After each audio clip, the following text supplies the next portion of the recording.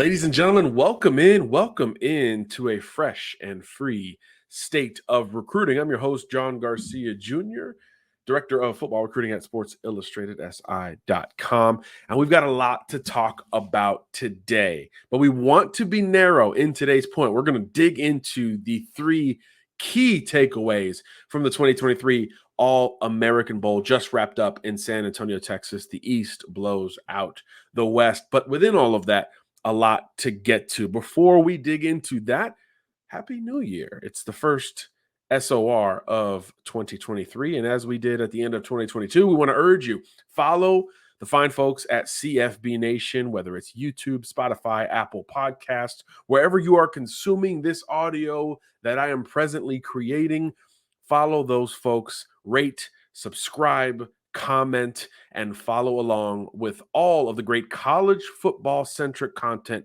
coming from the CFB Nation family, from the All-America podcast to the Lucky Lefty, and of course, the Irish Breakdown folks, covering you A to Z with all things Notre Dame. Okay, so the 2023 All-American Bowl has wrapped. The Under Armour All-America game has also wrapped. So we are officially at the end of the 2023 college football recruiting cycle. In our portion of the business, in the rankings, recruiting, rating industry, it is now crunch time. This was the final national sample we will get from these high school seniors before putting that final pen to paper. So for us at Sports Illustrated, my last task here for this class is to wrap up the SI-99. So we had the preseason SI-99, and then we'll have the postseason SI-99 here in January. So the All-American Bowl is really the last physical stop for us from a watch standpoint in terms of live, new, fresh content with good players going against other good players, which is something we do not get typically on Friday nights. So it's easy to overscout, overanalyze these games, but when you do have certain samples where you have that clarity, that good on good that you don't normally get, you have to take away a little bit more from those situations. For example, this is an all-star setting. You watched that Under Armour game about a week ago, and there was no offense, no continuity. Everything was a scramble, and the defenses on both sides, Team Phantom and Team Speed, dominated the day. You watch the All-American Bowl, and on one side, there was some dominance on both sides of the ball, and everybody else was catching up. So the East looked comfortable on offense and defense, mainly because of Dante Moore and a really strong offensive line spearheaded by Samson Okunlola, and a couple great defensive plays. They created early turnovers and were able to widen that score pretty darn early. So we got a little bit of convention in that the Eastern defense was really strong. This is a defensive it's really a defensive setting, right? I mean, if you have to take away something from these events, you want to put a little bit more stock into anything you see from a progression standpoint offensively compared to defensively, because it's really easy to say, hey, it's cover one, go downhill, go attack, go cover your guy. Conversely, these offenses, these quarterbacks, these O-lines, trying to create continuity and chemistry in a couple of days is really hard, right? It's not your system. It's not your terminology. Yet it has to be simplified from the coaching staff's perspective. These are all defensive-laden situations when you get to the all-star setting, much like in the offseason, how all of the camp settings are offensive-laden, especially in the skill positions, right? Receiver, DB one-on-ones, running back, linebacker one-on-ones. The offense has the advantage by a long stretch. It flips during all-star season, and the defense has that advantage because it just takes offensive schemes and situations longer to come together. So for that, you understand the East's dominance on the defensive front. Keon Keeley was great. Brennan Vernon, one-handed interception. Caleb Downs has an interception. Great players made great plays defensively for the East all day long. There was a big sack, fumble, beyond the interceptions, a strip as well. So the Eastern defense really looked the part. But the East offense was humming, especially in the first half. And that's not something we're used to seeing in these kind of settings. And really, Dante Moore was that trigger man. 4 touchdown passes. He was named the game's MVP. It really wasn't close. I don't even know if there was another player in that discussion. I've been to that All-American Bowl several times, and they usually pass around the note in the third quarter. Hey, who's your MVP pick? I don't know if anybody could have put down another name other than Dante Moore's. And that's where I want to start with the actual takeaways from this game. I won't take up too much of your time. I know you're trying to get to the final NFL weekend. The college football playoff is right on the horizon, so we'll give you some picks there at the very end of it. But it has to start with Dante Moore, because this kid has found a way to answer the bell at just about every scenario that you could possibly be put in as a high school quarterback. For instance, ninth grader, elevated to the starting position. Holy crap, what do I do? How do I adjust? Take this team on a deep playoff run to the state title game. They lost. After that point, 2 years later, gets over that hump and wins a state title. In between his junior year and senior year, for us at SI, wins the Elite 11, running away to a large degree over Jackson Arnold and company. And then as a senior, comes back, wins another state championship at Martin Luther King High School in Detroit, and follows it up with this postseason performance, where all week he was arguably the best quarterback in the practice settings, which is great. Not a ton there sometimes, but it's still good to look good on air. But then you get to the game, and he puts in an MVP performance. So he's won just about every single accolade that you could throw or bestow upon a high school quarterback. And he's answered the bell, the call, and dealt with all of these kind of ridiculously high expectations like all along the way. So Dante Moore has answered the bell here at every step of the way, whether it's emerging on the radar, being thrust into a leadership position as a young teenager, developing his game and being called to win and compete at the highest level thereafter. So with this performance in particular, it's not a huge surprise. Let's start there, right? It's the year of the quarterback, and we've had Dante Moore number one from the beginning at SI. So I can't say I'm surprised by a 4 TD, kind of easy looking performance. And by the way, this wasn't just, hey, clean pocket, step up, throw the football, boom, target is there, touchdown. Dante Moore was getting hit, especially early in that first quarter. There were a lot of the 2 of the 4 touchdowns were in the face of pressure. One of them to Carnell Tate was a beautiful bang 8 where he threw off his back foot because he had to buy an extra half second of time to allow his receiver to separate. A couple other ones were routine. The back pylon fade to Brandon Innes after that first turnover was just kind of catch and go, 7-on-7 almost. As was the 4th touchdown, the swing pass where he had to drop the arm angle to get the ball out to Justice Haynes, the Alabama signee, for that touchdown. But the bang 8 to Carnell Tate in particular was probably Dante's best throw of the game among those 4 touchdown passes. Again, he faced a lot of pressure in having to make some of those plays. So it wasn't just clean pocket, fire, and you're good to go. Let's celebrate. There was movement skills, toughness, and obviously anticipation and trajectory that had to play into it. So Dante was able to show off some mobility, certainly great mechanics, multiple arm angles, and the ability to work off script and touch. And I think touch is really where he's become the best in the country specifically, right? I think if you broke down quarterback traits, you probably wouldn't put Dante Moore number 1 at specific categories, right? I mean, footwork, he'd be close to 1, experience and maybe decision-making. But in terms of the physical, he wouldn't be number 1 for arm strength. That'd probably be Nico Iamaleava, Jaden Rashada, Jackson Arnold, guys who might be a little bit ahead of him. He isn't number 1 for athleticism. He isn't number 1 for frame. You know, he's 6'2", 200 pounds, 210 pounds or so. He isn't number 1 in any one physical category. But you start putting everything together and think about some of the physical stuff he does do well enough to where he's number 2 or number 3 in those categories across the board, and you build up to that number 1 ranking. The numbers are there. The production is there. The processing is absolutely there. And the pure playmaking is there. I think touch is an increasingly critical trait to watch with quarterbacks, right? How many times are you not clean in the pocket? How many times are you able to step into your throw? in those windows. Those are less available than they used to be. And conversely, you're throwing the ball more than you ever have, just in the nature of college and NFL football. So touch and anticipation have become just as important as processing, arm strength, and the ability to work off script. But really, when you talk about Dante Moore, it's just that whole package. It's that whole package that elevates him to number one. So first big takeaway from the All-American Bowl for us, and this is probably a bit of a preview and a cheat sheet if you're looking forward to those SI 99 rankings when they release here in the next week or so. Dante Moore's done everything to ascend to that number one spot and maintain that number one spot, both at quarterback and nationally, in my opinion.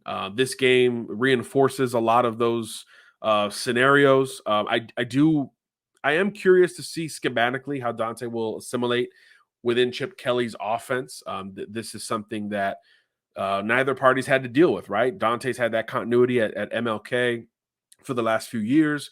And obviously, Chip Kelly's had DTR for the last 5 years at UCLA. So now they both have to do something they haven't had to do in at least 4 years, and that's work with a new system and or a new trigger man within that system. So that will be fascinating to watch that meld over in Westwood over the next few years. But from a talent and a profile, a resume standpoint, I think Dante Moore has put an exclamation point at the end of his run. You think of the quarterbacks near number one, the winning Dante has done has exceeded a lot of those guys. Arch Manning has not won a state championship. Dante has 2, went to 3.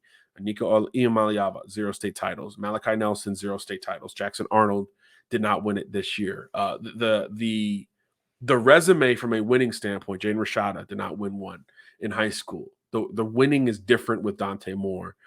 He has been dominant in his field. And while you can make the argument, hey, football in the state of Michigan and in Detroit specifically isn't exactly LA or Miami or Dallas, that's 100% true.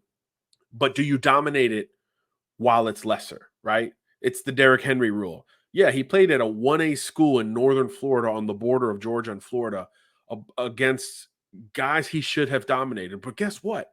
He did dominate them, and he was the all-time leading rusher in high school history coming out. So if you're playing lesser competition, you better dominate it to stay in this elite recruit conversation. Dante Moore has done that at that level. But again, on the national stage, Elite 11, big camps, OT7, and now at the All-American Bowl, he has showed up and showed out and been arguably the best quarterback in the process. So I do think that's a banner resume item for him to stand on. So for us at SI and for me specifically, I think Dante has only confirmed and maintained that position as the number one quarterback and number one overall recruit in this class of 2023. But let's move over to defense, where I think we don't have that same feel. The number one defensive player coming into the 2022 season was Cormani McClain, number one corner, lengthy, ball skills, athlete-oriented player coming out of Lakeland, Florida. More upside than polish, more intangible than tangible with him. What could he be versus what he is now from a technical standpoint? A lot of that remains in the evaluation for Cormani McClain. We got to see him all week at the Under Armour event. He was banged up. He had a hammy, he had a shoulder at different points. But you think of the contenders beyond Cormani McClain, right? The evaluation really hadn't changed much with Cormani. Lockdown corner, elite zone corner with ball skills, length, and physicality enough to contend in any scheme. He needs to add weight, needs to play on a lower plane, and work on some of that leverage discipline and other technical items that make great corners, right? That evaluation has carried over from June, July into January. It's not the same for the primary contender now for that number one spot on defense. Keon Keeley was ranked number 3 in the preseason 99, Cormani 2, Dante Moore 1. So it was already a razor thin margin with Cormani over Keeley for number one defensive player and number one recruit in the state of Florida, by the way. That margin is all but gone, right? I think we can safely say that while we crunch the final numbers and make the final call, that margin has dissipated at a relatively quick rate because Keon Keeley in the last 18 months, right, has emerged as not only one of the most physically impressive and imposing players in the country, but now the production, the balance is all there. And again, the one thing he'll be able to say that Arch Manning and some of these other guys can't say is we've now seen it against elite competition. Keon Keeley's going against Samson Okunlola in practice. He's going against Caden Proctor in the games. Hello. These are the two guys we're about to talk about for the number 3 takeaway, battling for the number 1 OT spot in the country. And he's flashed dominance even against those guys. Had a big All-American Bowl showing. I believe he had a handful of tackles, multiple tackles for loss, a sack that netted the defense 15 yards, and a PBU, and a roughing the passer penalty, which meant he had just lived in the backfield again against truly elite All-American level competition. Now, again, as we said at the top of the show, getting into our second takeaway here, as we said at the top of the show, you take a little bit more away from the offense and the defense when you are heaving praise following these all-star settings. So we have to take the Keeley stuff with a grain of salt. That's the only reason why we're not saying, hey, this is done. He's the number 1 defensive player, number 1 defensive recruit. He stamped it on Saturday. Let's be prisoner of the moment. Let's be knee-jerk reaction, folks, and jump into that. We can't quite do that to the same degree as maybe we just did with Dante Moore at quarterback, because on defense, you take it with a little bit more grain of salt. These offensive players are in very simple schemes. These tackles are sort of put in a bind, which is why you saw pressure on just about every quarterback on NBC during that broadcast. But Keeley was still the best among those pursuing said prospects. 6'5", 240 pounds. He's got great get off. The bend is elite. The power is elite. The speed to power combination is something that overwhelmed just about every offensive tackle during the week. But then here's the thing. Pass rushing is great, right? It's sexy. It's glorious. It's where, chicks dig the long ball, that chicks dig sacks too, right? That's the splash play. But when you talk about ranking somebody as the best defensive recruit in the country, I need more. I need balance. I need the total package. And my 2 favorite Keon Keeley plays from this game were effort plays. One, the roughing the passer, which was, let's be honest, football softening before our eyes. So you understand that. But he arrived backside, had no business getting to the quarterback because it wasn't a deep drop with a long, late developing route. This was a half roll away from him, plant and chuck it. And Keeley was still there in time to draw the flag. So that was one of my favorite plays of him. And then the motor effort play, setting the edge. It was a simple off-tackle run towards his side. I think the West was like at the 10-yard line or something like that. So the offensive tackle presents inside, right? So he takes a step forward, opens up that gate, which is supposed to entice Keon Keeley to crash down and fly up the field so that contain is now broken for a running play that is designed to potentially bounce outside. But Keon recognized this, geared down, dropped his pad level, anchored, and extended against that blocker to create and set the edge, which is, we talking about edge players. It's because you can set the edge and rush the passer. We get too lost in the rush the passer conversation. What about the technical aspects of setting the edge? Keon Keeley did it to perfection on this play. Running back turns inside, reads it, and gets stopped by Keeley's supporting cast for like a 1-yard gain. It's the little things that make Keon Keeley so good. He is technically sound. He is physically built with room to improve.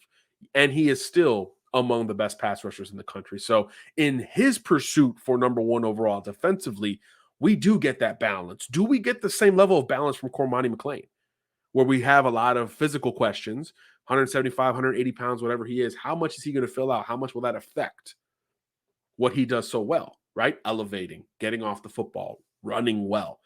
And we saw some holes in that game in Orlando where he was beat over the top a couple times, including during the game itself. How much balance do we truly get with that Cormani McClain evaluation today versus the combination of balance and improvement from Keon Keeley in the last 12 to 18 months? Juxtaposition. You could go either or. Both are premium position players. Both have played and won against great competition. Both have excelled at just about every setting that a high school player can participate within. How do you make that call? That will be a photo finish for us at Sports Illustrated. So, takeaway number one, Dante stamps his number one status. Takeaway number two, there's a battle for the number one defensive recruit in the country. That's coming out of the All-American Bowl. Let's jump into our final takeaway coming out of the AAB on ABC, as their Twitter handle suggests. Look, the beautiful thing about, first of all, technology is we can rewind. So I wasn't at the game. I'm here in Florida at home, and I'm able to rewind. I'm able to rewind plays that I need to see. And luckily for me and everyone else, I guess, the top two offensive tackles in the country were healthy and starting on opposite teams during this All-American Bowl. So for the East, current number one OT, Samson Okunlola, starting left tackle, blind side of Dante Moore. And then when the West trotted out there, Caden Proctor, starting left tackle, blindside protector. How beautiful is this? Let's just go one-to-one and looking at how these two guys in this setting where, again, it is for the defense and it is easier and more friendly for the defense to figure it out, for lack of a better phrase. Let's look at how both of these guys handle these situations. And here's the one common ground here. Both are very good, but also every pass rusher they faced is really good. You're talking Keon Keeley, Brendan Vernon, Tamarian Parker, Darren Reed. You're talking about ACC, SEC, Power 5 guys who are physically there. They are physically built and ready to go and contribute relatively early at their respective schools. Clemson, Florida, Auburn, Notre Dame, some of the schools that these guys I just mentioned are committed to. So we got kind of a balanced look at who they went up against. And of course, in this setting, a lot of passing plays. You know, Caden Proctor and Samson Okunlola are ready to run block yesterday. Like, sign them up for run blocking right now. They're probably the two best, along with Francis Mauigoa, the two best run blocking players in this class. But in the battle for number one offensive tackle, ladies and gentlemen, guess what? We need those pass blocking reps. And these two guys come from places that don't conventionally house the number one player at any position, right? Proctor's from Iowa. Okunlola is from Massachusetts, right? So it's these settings where they really have to be validators. In a lot of ways, you need to validate your game in these kind of settings, and camps can't provide that for linemen, right? You're not in pads. There's a lot of stipulations and rules that are geared towards defensive linemen in these one-on-ones at Under Armour and these other camps. Can you really validate it in that regard? You can flash, but can you validate it? Probably not.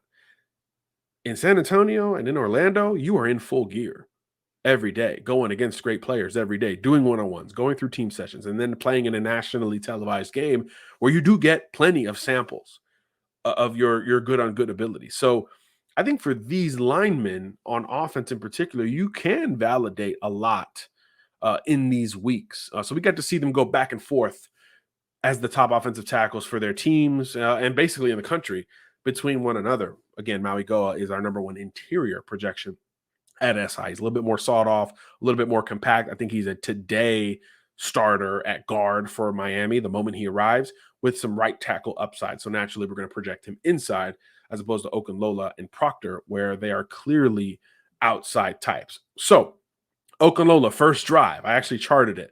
It was a long drive for the East. Dante Moore was dinking and dodging down the field. They ran the ball well with Justice Haynes, the Alabama signee. I was watching Okunlola in particular really shine against Tamarian Parker, who, when Okunlola wasn't blocking him, Parker, after Keon Keeley, wreaked the most havoc of any defensive lineman on the field. So I think that alone is a takeaway to put a feather in the cap of Okunlola. But during that first drive, it was about an 8 or 9 play drive, 8 of 9 reps, Okunlola won head-to-head with Tamarian Parker. The one rep he lost was a speed rush where Dante did feel some pressure and he threw an incompletion on 2nd and goal.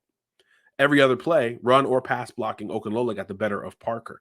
And this is where he's so intriguing, right? This is a state wrestling champion who is so well proportioned and lower body comfortable and strong and stout that he also has these movement skills that make him a pure pass blocker on the upside front. Technically, has work to do. I think he'll tell you that. Everybody can see that. Again, coming from Massachusetts, you understand that. But when it's just athlete versus athlete, you do get a sense, right? It's like a great DB covering a receiver. Can you mirror or can you not? Samson Okunlola can absolutely mirror, because let me tell you, Tamarian Parker is a mature pass rusher, 4-year high school starter, played 7A ball in the state of Alabama, who can rush from a stand-up or hand in the dirt position with a variety of pass rushing moves. He can beat you with speed. He can beat you with spin. He can push pull. He can come underneath and build out a pass rushing package. So he got the better of Okunlola on the speed rush. But when he tried to go physical, Samson won. When he tried to redirect, this is interesting. When he tried to redirect, Okunlola won. And on the one outside run play that went to Okunlola's side, it was a jet sweep. I think it was the first or second play of the game. He was asked to reach block around Tamarian Parker. For those who don't know, the pass rusher is lined up outside of the tackle, and the tackle is tasked with getting outside of the outside leverage that the defender already has in order to pin him down and allow a play to work outside. It was a jet sweep to Nathaniel Joseph, and Okunlola beat Parker to the punch while weighing 50 more pounds. So the movement skills and redirection ability with Samson Okunlola really shined as both a run and pass blocker in this game. Still has technical work to do. He needs to gain more depth with that kick slide. Again, he'll tell you that. And I'm sure Parker told him that when he beat him with that speed rush there at the end of the first drive. So Okunlola looked really strong. Caden Proctor, a little bit taller, right? Okunlola 6'5", Proctor 6'6", maybe 6'7", and heavier, 330 versus 310, 305. So naturally, can you lean on guys? Absolutely. We know that. We don't have to worry about that part of the evaluation. But can you get low? Can you play on a lower plane? That was a bit up and down with Caden Proctor. Again, he's dealing with Keon Keeley and these other great players on occasion because he played for the West in this game, but he was a little bit inconsistent from a leverage standpoint, leverage and pad level standpoint. Proctor was a bit up and down. However, his extension, when he got both mitts on you, you were sort of done. So I think this evaluation is becoming a little bit more of conventional versus modern. Caden Proctor, 6'6", 330, big physical leverage. If he gets the paws on you, he's a big dancing bear and you're done. Okunlola, a little bit leaner, a little bit more athletic, technically not there yet, but when he does need to show some short area explosion and athleticism, he can make up for some of that lack of technique. So a more modern tackle built for this day and age with smaller, shiftier pass rushers. So how do you pick, right? Proctor's going to Alabama. Okunlola's going to Miami. Both programs run a variation of a pro style and wide open spread offense. You could argue that the school they're not going to fits a little bit better, but that's a story for another day. How do you make this final call? Just like we talked about on defense with Cormani McLean and Keon Keeley, this one's going to be close at OT. The battle for OT1 is very, very tight. Do you go modern? Do you go conventional? Do you go ceiling? Do you go floor? We typically lean floor at SI, right? That's why we got Dante over Nico Iamaliava and Arch Manning, right? We typically lean floor, but sometimes the ceiling is too high to ignore. Like when we put Caleb Williams as the number one player in the country coming out of the 2021 cycle, too much of a ceiling to ignore. While the floor was strong, the ceiling was kind of out of this world. Maybe that's Okunlola in this case. We got to see some second level stuff from him that was very good, by the way. So movement skill wise, he checks the box. Athleticism wise, he checks the box compared to Proctor. But Proctor, bigger, a little bit more physical, more extension, and more comfortable with that anchor. So it is really a yin-yang either-or scenario between these two elite players. The biggest takeaway is not only will it be a photo finish, they both might be top 10 overall recruits in this class. So that's the beauty of these postseason settings where there's no other action going on. Everybody has to focus in on one event. We get to take away certain things from these settings, from these scenarios, these practices, and obviously the game themselves. So to recap really quickly, first takeaway from the All-American Bowl, Dante Moore stamps number one. Second takeaway, the battle for the top defensive recruit, razor thin between Cormani McLean and Keon Keeley. And the final takeaway, battle for number one offensive tackle might be even tighter between current number one Samson Okalola and potential number one Caden Proctor. So will be fun to crunch these final numbers over the next 48 hours or so. We'll probably still be doing it while that national title game is going on. So we might not see you until then. So we might as well leave you with a prediction. So Georgia, TCU out in LA. Look, I've underestimated TCU at every possible turn. Preseason, certainly, like everyone else did. Midseason, absolutely. You know, when programs outside of the Power Five, like SMU, are giving you runs for your money, you don't give them the benefit of the doubt. Yet and still, TCU, undefeated regular season, great run, and obviously outlasted Michigan in that wild semifinal. But then there's Georgia, who we've probably overestimated throughout this entire journey, right? Had some duds during the season. And for the better part of that Michigan, for that Ohio State game, excuse me, Ohio State was the better team. Like maybe by a strong margin at times. So how in the world do we make a final prediction in this national title game? Well, you go off what you know. Georgia's been there. Georgia's done that. Stetson Bennett, Kirby Smart, those guys, Jalen Carter, Keely Ringo, they all have that in their resume. This is a controlled environment. The weather's not going to be an issue. So that's not a wild card that can maybe help the underdog in TCU. However, TCU has been the underdog all year long. Max Dugan, Quentin John, these guys are playmakers. They just make it happen. And defensively, here's what's interesting. Defensively, TCU has got some guys. Maybe collectively, they're not an elite defense, but individually, they've got some great players like Hodges Tomlinson on the back end. But that's the thing. Tomlinson ain't covering Brock Bowers. Can he come downhill on Kenny McIntosh? I don't quite see those individual matchups working well for TCU while they're on defense, which means I think Georgia's going to score into the 30s. So the question becomes, can TCU do that? I think they can, but I don't think they will.